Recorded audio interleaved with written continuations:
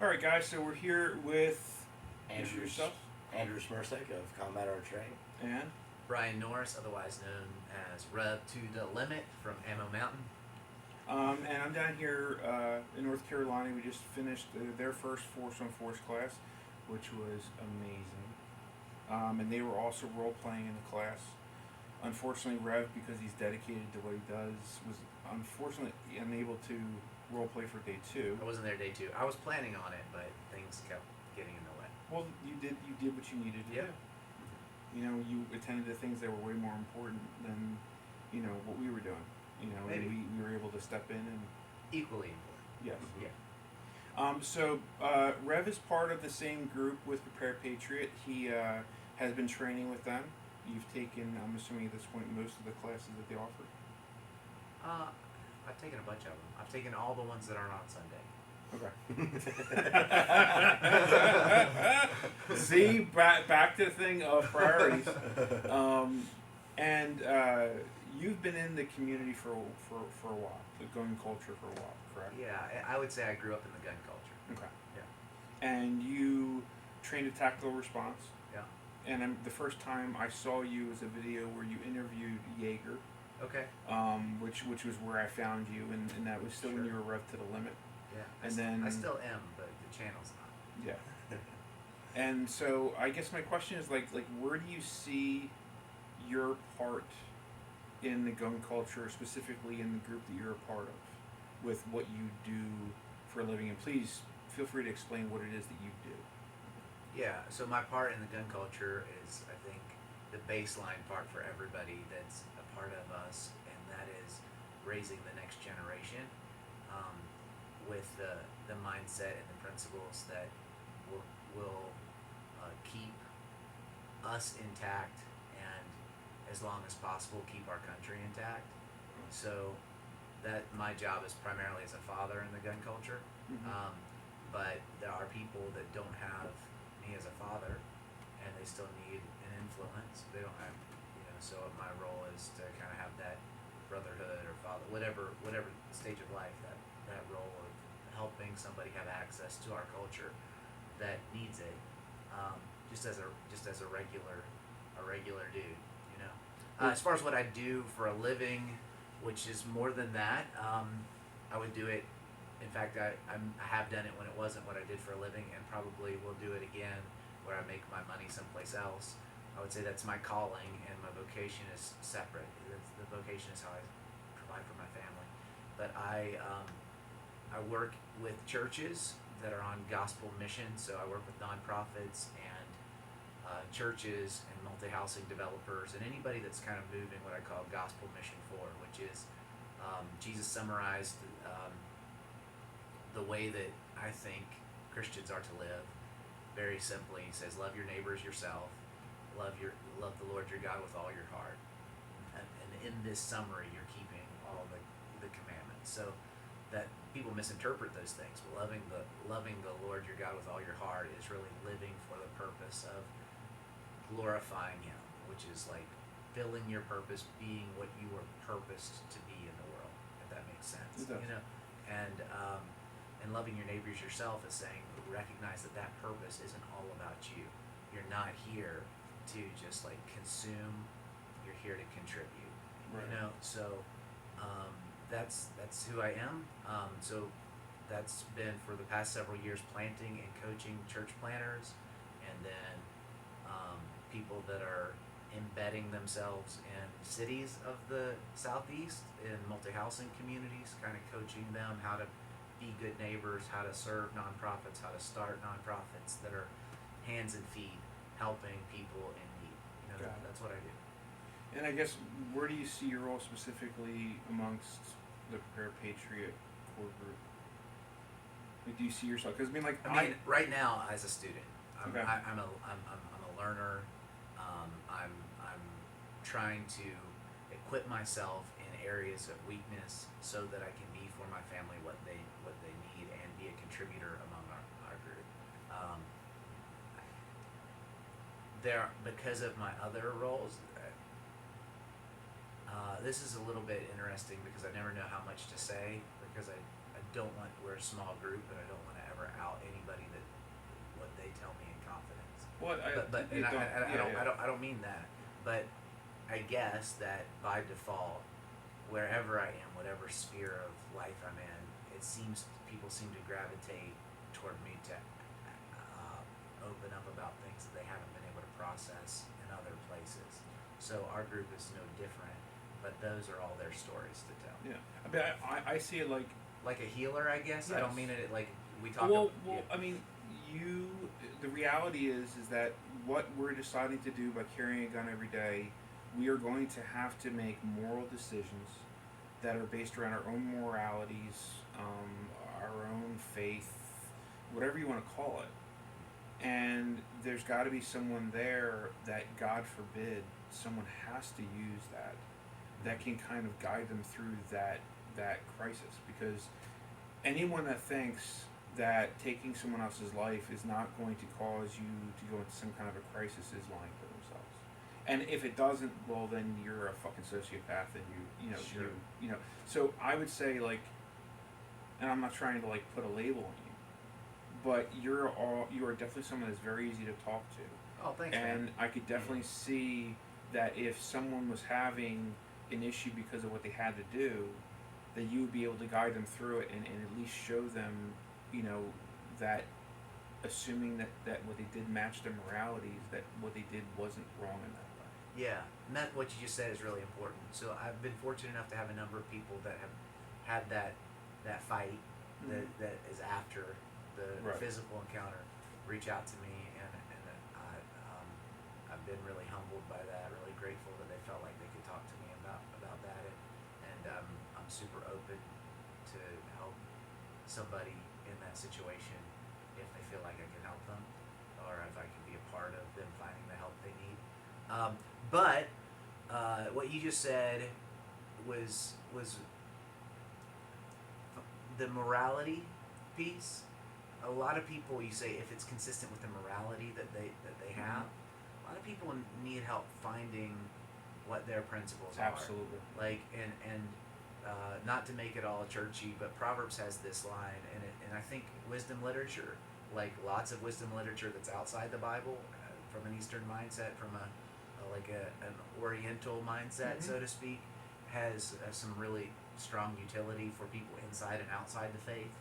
And there's this idea that Proverbs has, foresee evil and hide yourself. In other words, it's this idea of looking into whatever future you can see. Nobody can know the future, but look farther ahead than the step right in front of you, and make plans for what you're going to encounter. We talk about it as prepare. I mean, that's simple. That's simple mindset. Sure. Yeah. It's simple mindset. It's represented in Scripture, but the reality is that if you go back 1,000 years, there were men that were making the same decisions that we're doing right now. Sure. So that preparedness, that mental preparedness, it has to do with, okay, what are the principles that I can Right. live with beforehand, not in the moment. Right. If you're waiting to make decisions in the moment, we all know that we're going to default, as you guys have all heard, to, what are we going to default to? And in fact, let me stop talking for a second. What if you're in a stressful situation? What's going to happen? The training that you have mastered. Right. Yeah. Right. So in the same way, you're going to make decisions. You said you were in a situation on day 2 where you saw a couple do this. You're going to make decisions based on what they had planned ahead of time. Yeah. If you haven't planned ahead of time, then And it's not just talking about it; it's deciding it, because the one part of the couple, they both had talked about it. Yeah. They both had the same conversation, but she had decided that was she had decided that is what she's going to do. She put herself in the moment. That's what I'm going to do. And one thing about force on force that you have to understand, the value of force on force, is that you can get killed and you can make all the wrong choices and there's little to no consequence as a result. Versus making the wrong decision when an actual gun is pointed at you, or even worse, someone that you love. And by putting yourself in those situations, you can test what your mindset is, where you're at. Sorry about that, guys. My phone decided that it was full up. So, where we left off was like people trying to find their path, trying to find their place, trying to find their own morality. yeah. So I guess do you see a need for? I mean, the reality is that one of the reasons why Patrick is pushed for the Force on Force, one of the reasons why he wants to go further is he's trying to create a group around him that he can support, but that can also support him. Because the reality is the idea that we're going to go it alone, if something really goes sideways, is only going to get you killed. May not happen right away, but you're going to die. And I think what his vision is for all of this is amazing. I wish I could be down here and be a part of it. At least I can be a removed part of it and come down every now and then and kind of join for these things. But I guess that's kind of my wonder is like, is that where you see yourself in the group itself? Because I could definitely see you as kind of that, like that idea of that shepherd. Yeah, I mean, I think so. People, like I said, have to fill their purpose, and if you are living a centered life or a life that is satisfying, a life that is like directionally correct, which we all just get off the path and have to get back on. We all screw up. We're all like calibrating all the time, right? So don't hear a bunch of arrogance here. But when you're living a centered life or a life that's on target, you find yourself doing things because it's who you are, whether you kind of want to or not, because people gravitate or things gravitate to you because that's like what you're made for. Right. So it really doesn't matter how I see myself.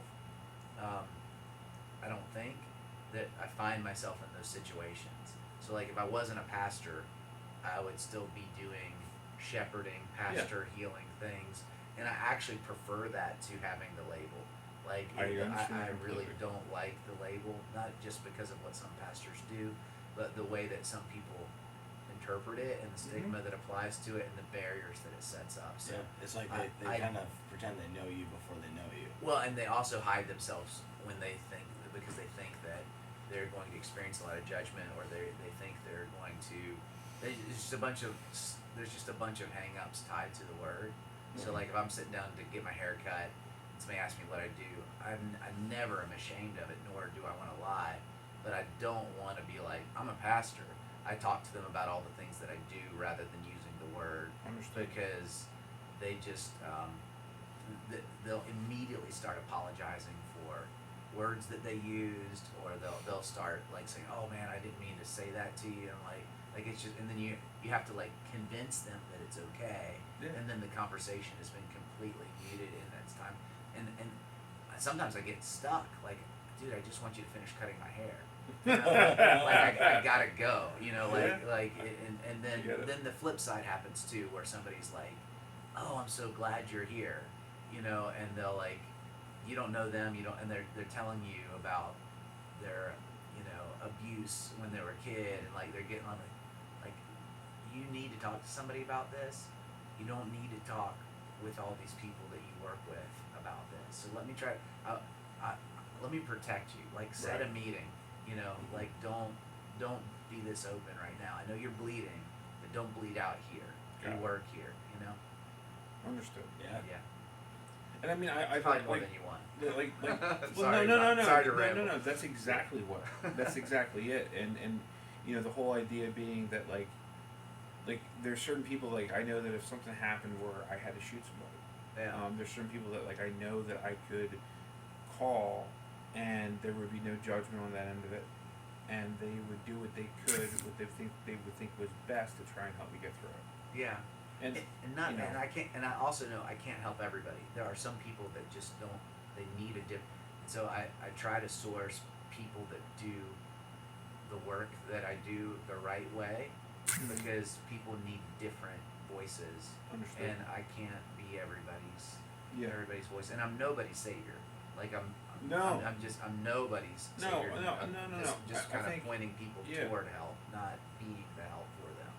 Yeah, I think the idea that you're going to save anybody, I think, is futile. Yeah. All you can do is maybe help them see things a different way, and maybe point them in either in your direction if you see that you're helping them, or point them in a direction of someone that can, and just be as honest and as forthright as you can with them, so they understand. Because people sometimes just need to know that they're understood and heard, Yeah, and sometimes that's all they need. a lot of what I do is not giving any answers, but just listening to people and Mhm. asking questions and helping them kind of process what they're working Right. through. Yeah. Yeah, and so I mean, I think it's fantastic, and I think all the sources that have been kind of gathered down here is just it's an amazing group of individuals that absolutely it is greater than the sum of their parts, and I definitely think that you are a huge part of it, and I Oh, see thank you you. in it. You know? I'm super grateful to be able to just honestly, we're friends. You're kind of making something, and I think Patrick and I think Matt and I think Scott and everybody. I think everybody would kind of agree. I hear you and you're being analytical and you're looking at it, but like sometimes things just they don't come together without purpose. And I know that people are pushing, and I'm not diminishing the work that's been put into it, but the people, it's more organic than Oh, yeah, for sure. Like it's more that we're a group of friends that care about each other, and as we deepen our relationship, we care about each other more, and we're able to find each other's strengths and weaknesses more and work together better than it is. Hey, let's find this. Maybe we should have a pastor in our group. Like it's just no, we kind of have some things in common that are kind of collecting us, and then as we figure out each other, there's a bit of teamwork that starts to happen. Yeah, I mean, I think it's like I want to be the therapist for all my friends, whether I want to be or not, because it's just a role. I bet. Yeah.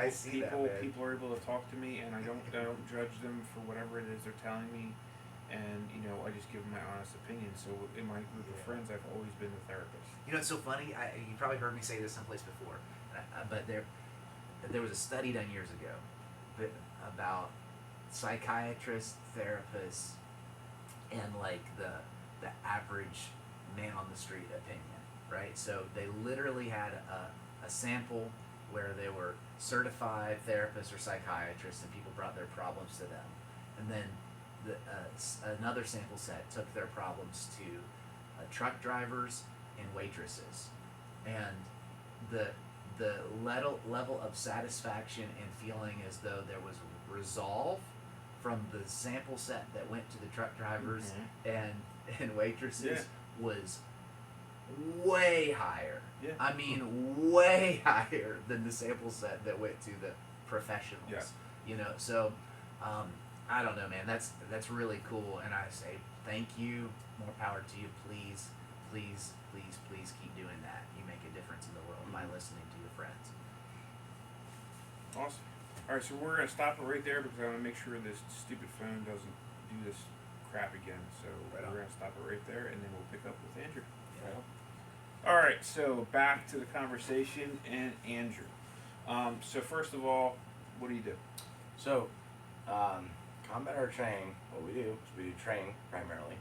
We also make nylon gear, and we have a YouTube channel where we try to educate people and show them the right equipment. And what we're trying to drive home, and I've done it in other videos, but I'm trying to focus on more now, is establishing a mindset and creating an awakening, right?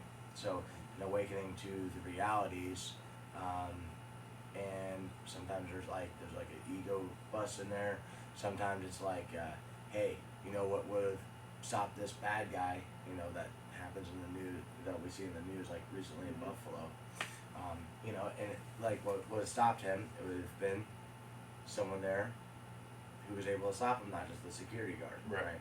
So when they had the correct mindset, training, and equipment to fight back, and like with that one, that's an able versus a loud one, and it doesn't get talked about too much, and It doesn't. so, and it's uncomfortable for me to put on the internet, but it's like, it's like I feel bad for not doing it sooner. So that's kind of direction that one's going. But yeah, train and nylon gear and YouTube videos, and then we're starting a new thing too. We haven't launched it yet, but it's going to be called Free Will Awakening, and it's going to be a lot, but it's a lifestyle mindset type channel. If And what's that going to be based around? So, it's something I'm gonna be able to do more with Ashley. Now, I had her helping out with classes and stuff, and Right. did a fantastic job. She still ships orders, writes the notes, helps out in so many ways. And by the way, you may not understand it, and maybe you don't appreciate it because you're not on the side of it. But when you buy a product, and the person that makes the product, that is busy, that is running around like crazy, takes the time to write a note and put it in, like you don't understand, and maybe you do if you've gotten on your end of things, but like that little thing that takes so little effort pays out such big dividends. Yeah, and it's like John Willis from Special Operations Equipment. He's the dude who told me to get a sewing machine. He's giving me his time. Right. So now I'm like, I owe that to people around me too. But he's the one who started writing notes. He got it from Andy Frisella, and Andy Frisella has like a $1 billion company. They Right. all write notes. Yeah. Too, and yeah, that matters. It's important, and it's cool just seeing like if I got a note from like Jaeger or John Welsh or any of these guys I watched, with my product, I'd be like that I would keep. Yeah. I I like, please, if you ever give me a gift for Christmas or something, don't give me a card with it, because it's like an awkward thing. It's like I see you all the time, but like I don't know, like that one right there, being like, hey, thank you for buying my product. We couldn't do this without you. We Yeah. appreciate every order. To me, that's a big deal. It is, and it's It's something. different, yeah. It's something that I think if you went back 100 years or more, it was probably common. Like you knew the person you're buying the product from. It's very hard to do that now without taking the effort to meet them or taking the effort to interact with them. But it creates a loyalty and it creates a bond between the consumer and the person producing the product that creates a trust. Yeah. And the reality is, with what we are carrying every day, that trust has to be there. Yeah. And let's face it. Like you can buy nylon gear anywhere, Mm-hmm. and you can buy it cheap or you can buy it expensive. Some of it's good, some of it's bad, but your money has power, Yeah. and you should choose where you're going to spend your money, not just blast it. Everyone buys from Amazon. I do it. Everyone I does do it. Yeah. Whether you hate it or love it, everyone buys from Walmart. I do it whether I hate it or I love it. But you do still have choices on where you spend your money, and it has power. Because not only does it create people around you seeing what you're doing, but it also helps support the businesses. Yep. Yeah. And it's those little connections that you never know. Like those can mean the difference between a lifelong friendship, a partnership, something that will help you grow, and not. Mm-hmm. So, Pete at Defiant Munitions is great at that. Yeah. 100%. And there's a bunch of folks in our culture that are great at that. And I started making a joke a minute ago that nobody would have gotten, and I don't care. But you said your new channel is going to be Free Will Awakening. So when the Free Will Baptists get a hold of that, and they start to come after you because the SEO just leads them to you, ignore their comments. just ignore their comments. No. I'm gonna have you answer all of them. Just instruct Casey, because he's already told me what he's going to do on my channel. Just instruct Casey to blow them up. Yeah. Okay. Recruit them for classes. They need to, I'm sure they're good people or whatever, but maybe.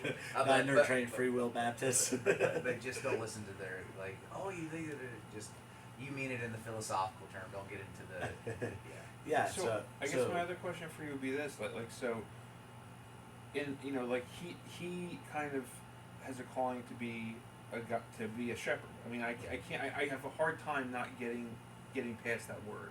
It's fine. Right. Yeah, I would say my calling is specifically, and I know my interview's done, but it's specifically You're fine. to help people find and fill their purpose in life.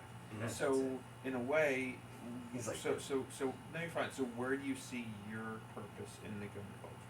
So, I feel like, and like lots of guys do it, like Patrick does it, you do it, Matt and Jerry are doing it, and there's lots of other instructors out there.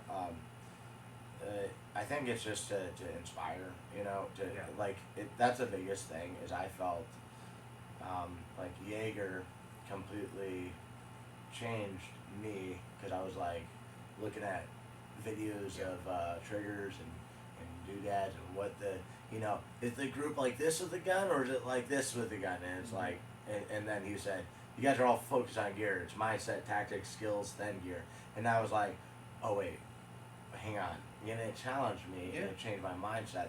So I really want to do the same, because it can be something where you hear the correct information from this person and something goes over your head, Yes, and then you hear from this person and they go, oh, okay.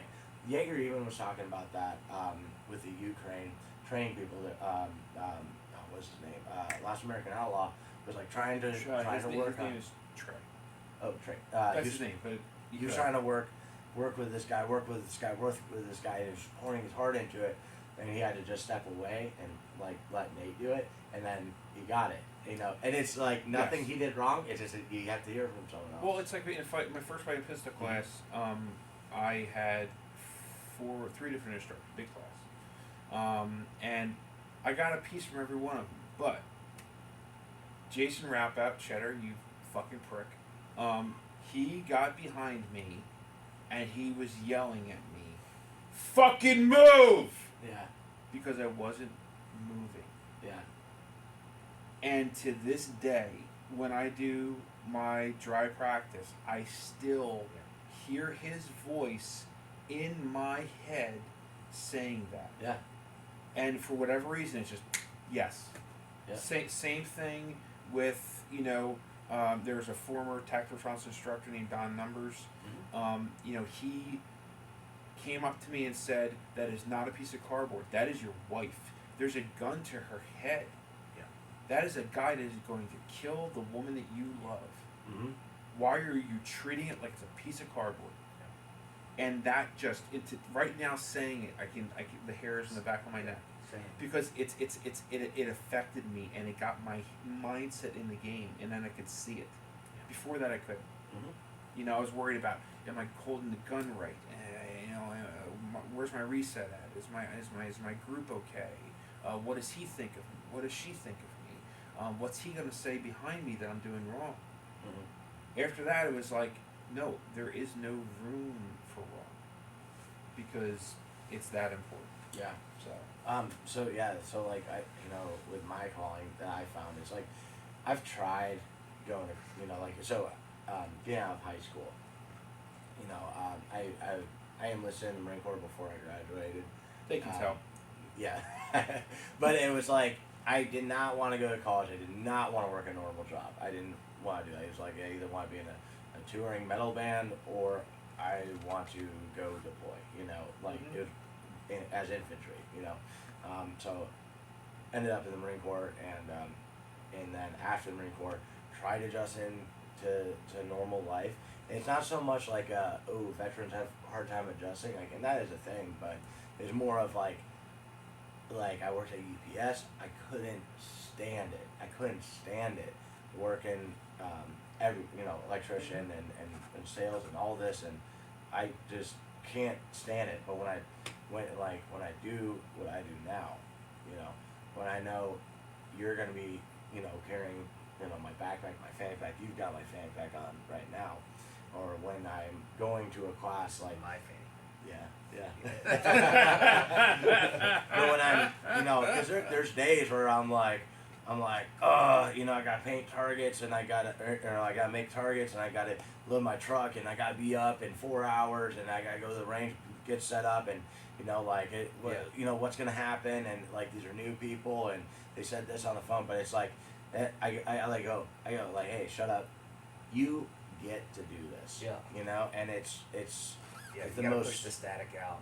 Yeah, it's the most fulfilling thing I've ever done. Way more fulfilling than Marine Corps too. Way more. And by the way, in case you don't understand, this man got an insanity of OCD, but he has put it to good purpose, because he will see a product and you will pick it up and be like, oh, it's awesome, and he will see everything that's wrong with it, and it's like, dude, I just need to shove 3 mags in it and have it hold and not fall apart. And the minutia of detail of OCD, of all those things that you may have applied in another business venture or job may have been an annoyance or even a hindrance. Yeah. But you found something that like your focus is on, It and, is. and it actually is going to help you. It does hinder me though, because I would have way more products out. Yes, you would. I have no doubt. Way more out. I have no doubt. By the way, please badger him about his medical insert, because I said from the first goddamn time I saw it, and the first video I saw on it, I was like, oh, that's cool. There's a double mag thing for the pocket. And it's like, oh, yeah, there's a wallet. And I was like, whoa, what the fuck is that? And he like kind of showed it a little bit, and then I put it aside. It's like so. Please badger him, because it is a great product that he doesn't see the brilliance in it. I see the brilliance in it. I'm just like, at the same time, I'm like, okay, there's, because I am a cheap bastard. Like, I have spent more money on flashlights last month than I have clothes the last like 2, 3, 4 years. Mm-hmm. So I have, I have that video, don't buy 300 black. It's not about the, like, I never say anything bad about the caliber. I was saying, buy a rifle where you can get a lot of cheap ammo all the time and take training, right? Because that's where I think your money should go to. So yeah, sometimes I make something that is a great product, but it's also like you could get a cheaper thing and do it. But at the same time, there's value in that.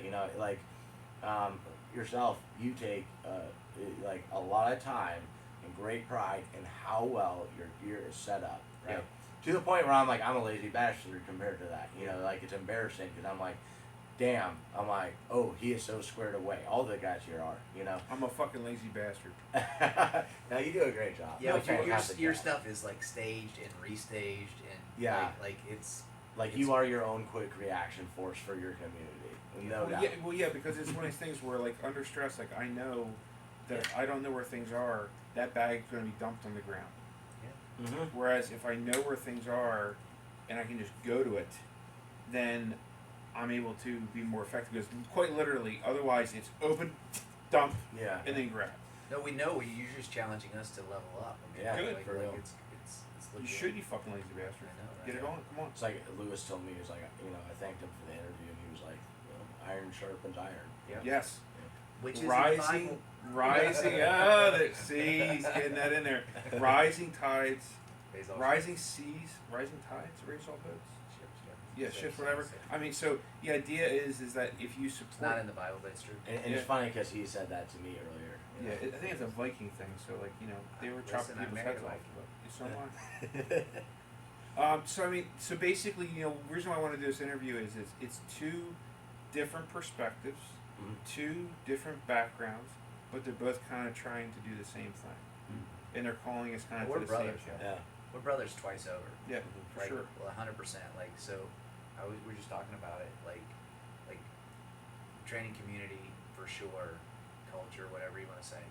We're brothers, but like we're brothers on a deeper level too, and that's and I didn't know that when he was coming. I thought someone would have told you. Yeah, but it's cool. Yeah, because so I was like, they I've seen a few of your interviews, and then they mentioned you, and I was like, oh yeah, I know who that is, and I was like, and I actually I got your number from them, and I just hadn't followed through. What I wanted to do is I wanted to call and ask you all the questions, and we stayed up till 3 in the morning. No, Patrick told me you wanted to ask me questions, and they were of a spiritual nature, but Oh, okay, that okay. doesn't. I don't read. But yeah, so I was just like, because I had, kind of had some religion, not much. It wasn't like a thing that really happened at my house. It's a thing that happened at my grandpa's house, but I was never baptized, and then I was, anyways. In the Marine Corps, when I started finding Jesus and actually being like, okay, I'm down with this, then on my own, living as an adult is when I started doing it. But then there was a stop to it for a little bit, and that was just a couple years ago, and now I'm like, okay, cool, I've got you, and don't have me, man. You got Jesus, man. Well, yeah, okay, but Jesus brought me you. Reluctant shepherd. I'm changing it to reluctant. Well, it's it, right? So anybody that you're following in any way, you got to make sure what they're following. Yes. Right. So like, and so it's important to not breed hypocrisy, but to redirect to like a truth source. Mm-hmm. So like that's it. I'm not trying to be ashamed of anything. I'm just like, follow me as long as I'm following Jesus. You know, because I get out of step just like everybody else. Yeah. And I don't want to get somebody off of an important path. But that's real, at, man. at an important time. You know? Like, because yeah. And I had this. I mean, you were the first person that I thought of to talk about my own struggles. Yeah, man. Like Thank you for opening up. By the way, that was appreciate like, you know, and it's one of those moments when you talk to somebody and you're like, should I really like not afraid to open up. And I hope I didn't shut you down. No, not at all. So it's like you do have that natural presence. Cool. You know, without a doubt. So, not that I don't want this conversation to go on for forever and a day, because we could talk for hours, but my stupid phone is not going to let me do that. If you want that, not to cheaply plug here, but we did like a 3-hour podcast with Andrew. Okay, so check out Ammomountain. yeah, okay, so both of their channels are going to be linked under the description for the video. If you're not following them, you're fucking wrong. The content they both put out is fantastic, and Rev has a library of content, as does Andrew. So, like, I think one thing that people have a tendency to do is they go into the most popular, video, but believe it or not, like, you're going to find a video that has very few views that is going to smack you upside your face and be like, oh my god. So don't be afraid to have those oh my god moments and maybe not go to the most popular video, because if you go to my most popular video, you're going to get a wonderful video about a bag that will carry your clothes. What's yours, Andrew? What's your most popular video? Oh, my most popular one is Don't Buy 300 Blackout. And yeah. How is that possible with that one that you and your wife did? Like the I know. the rack your shotgun. Yeah. So you acted that out so brilliantly. How is 300 Blackout more seen than that? because I upset people. I put it in some Facebook groups. Okay. And so there's the stupid internet gun stuff. Like the worst things I see are not on YouTube. It's on Facebook. Yeah. Like the comments are so because they're so cringe and they're so and it's funny because those are the ones that the accounts are actually attached to. But I put it in there, and so you got the Facebook group run their mouths, and then you got the people on they go to YouTube and run their mouths. And what I did is I threw fuel on that and on that fire, and He enjoys throwing fuel on the fire, by the way. yeah, He is a pyro. Maybe I shouldn't do as much, but it's like it's also. I mean, lean back again. Yeah. In case you couldn't tell that he likes throwing fuel into the fire. In case you're wondering, but I don't wear this when I go to get food. That's the only thing. In any case, so Andrew has a training company in Florida. Follow his channel. Get training with him. I will absolutely be getting training with him. Follow Rev. I'll put all their stuff below. And if you've watched this far, thank you for watching this far. Yeah, thank you. It's been a great conversation, and hopefully it will not be the last time. We'll be able to do this again soon. For sure. That's right. All right, Thank you, guys. bro. So, signing off. Remember, your path is out there. Go fucking find it.